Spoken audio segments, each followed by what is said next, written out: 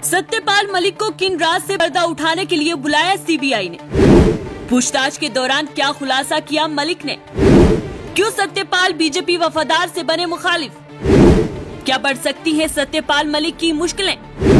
और क्या सीबीआई के बुलाने के बाद मलिक मोदी के खिलाफ बोलना करेंगे बंद? देखिए हमारी ये खास रिपोर्ट। जम्मू कश्मीर के साबिक गवर्नर सत्यपाल मलिक से सेंट्रल ब्यूरो ऑफ इन्वेस्टिगेशन के अफसरान ने पूछताछ की है। ये पूछताछ दारुल हुकूमत में सीबीआई हेडक्वार्टर में हुई। मलिक ने इल्जाम लगाया था कि जब वो जम्मू और कश्मीर के गवर्नर थे तो उन्हें 2 फाइलों को साफ करने के लिए 300 करोड़ रुपए की रिश्वत की पेशकश की गई थी। सीबीआई ने इस मामले में इनसे पूछताछ की है। आपको बताते चले तो सत्यपाल मलिक गुज़श्ता साल एक तकरीब में पहुंचे थे, जहां उन्होंने कहा था कि मैं श्रीनगर में 2 मामलात के लिए वजीर आजम के पास गया था जो दोनों गलत थे और मनसूख कर दिए, और उन्हें दोनों के लिए मुझे 150 करोड़ रुपए की रिश्वत की पेशकश की गई थी। मुझे कुछ नहीं चाहिए था, 5 कुर्ता और पजामा में आया था और उसी में मैं जाऊंगा, ऐसा मैंने वहाँ पे कहा था। याद रहे ये प्रोग्राम गुज़श्ता साल 17 अक्टूबर को राजस्थान के झुंझुनू में मुनक्कद हुआ था। इस प्रोग्राम में सत्यपाल मलिक ने दावा किया था कि जब वो जम्मू और कश्मीर के गवर्नर थे तो उनके पास 2 फाइलें आई थी। इनमें से एक फाइल अंबानी की थी, दूसरी आरएसएस से ताल्लुक रखने वाले एक शख्स की थी जो महबूबा मुफ्ती के साबका हुकूमत में वजीर थे। ये हुकूमत बीजेपी के साथ इत्तेहाद में बनी थी। ये शख्स वजीर आजम नरेंद्र मोदी का करीबी था।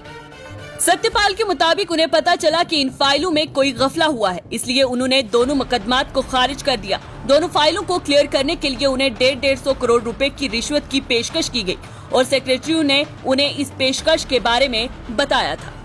ताहम फिर मलिक ने इसकी तरदीद करते हुए कहा कि वो 5 कुर्ता पजामा के साथ आए हैं, सिर्फ उनके साथ जाएंगे। उन्होंने पीएम की तारीफ करते हुए ये भी कहा था कि उस वक्त वजीर आजम ने उनसे कहा था कि वो करप्शन पर समझौता न करें। इन दावों की तहकीकात के लिए मरकजी हुकूमत को सिफारिश की गई थी, इसकी मंजूरी हुकूमत ने दे दी है। वाज़ेह रहे, मोदी हुकूमत के खिलाफ अपने सियासी हमले को तेज करते हुए सत्यपाल मलिक ने मेघालय के गवर्नर के ओहदे से दोष होने के बाद 2 टोक अल्फाज में कहा है कि वो अगले इंतखाबात में समाजवादी पार्टी और राष्ट्रीय लोक दल की मदद करेंगे। हालांकि वो किसी भी सियासी जमात में शामिल नहीं होंगे।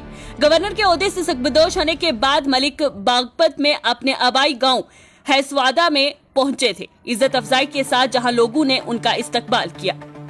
हुकूमत पर पहले से ज्यादा हमला करते हुए मलिक ने कहा कि ये हुकूमत किसान मुखालिफ है। मुस्तकबिल के लाएअमल के हवाले से मलिक ने कहा कि मैं किसी सियासी जमात में शामिल नहीं होऊंगा और न ही इलेक्शन लड़ूंगा, लेकिन किसानों की लड़ाई जरूर लड़ूंगा। इस लड़ाई में चौधरी चरण सिंह, जयंत सिंह का पोता और मुलायम सिंह का बेटा होने के नाते में अखिलेश यादव की मदद करूंगा। गवर्नर के तौर पर अपने तजर्बे को बेहतर करार देते हुए साबिक गवर्नर मलिक ने कहा कि उन्होंने पूरी ईमानदारी से काम किया है। जब जम्मू और कश्मीर में दफा 370 को खत्म किया गया तो महबूबा मुफ्ती कहती थी कि यहाँ खून की नदियाँ बहेंगी, लेकिन एक गोली भी नहीं चलानी पड़ी। ताहम उन्होंने इस इम्कान को रद्द नहीं किया कि मोदी हुकूमत इनकी रिटायरमेंट के बाद उनके खिलाफ कोई कार्रवाई करेगी। मलिक ने कहा, ये लोग मुझ पर भी कुछ न कुछ जरूर करेंगे। जम्मू और कश्मीर की तमाम फाइलें चेक करवाएं या तलाश करें, लेकिन मुझे कुछ नहीं होगा। मैं एक सूफी आदमी हूँ, मुझे यहाँ डेला तक नहीं मिलेगा। उन्होंने मुल्की मसाइल का जिक्र करते हुए कहा कि अवाम पहले ही महंगाई और बेरोजगारी से परेशान है। किसानों को गन्ने के बकाया जात नहीं मिल रहे और इसकी कीमतों में भी इजाफा नहीं हो रहा। अब अग्निवीर स्कीम लाकर किसानों के बच्चों का मुस्तकबिल भी खराब कर दिया गया है।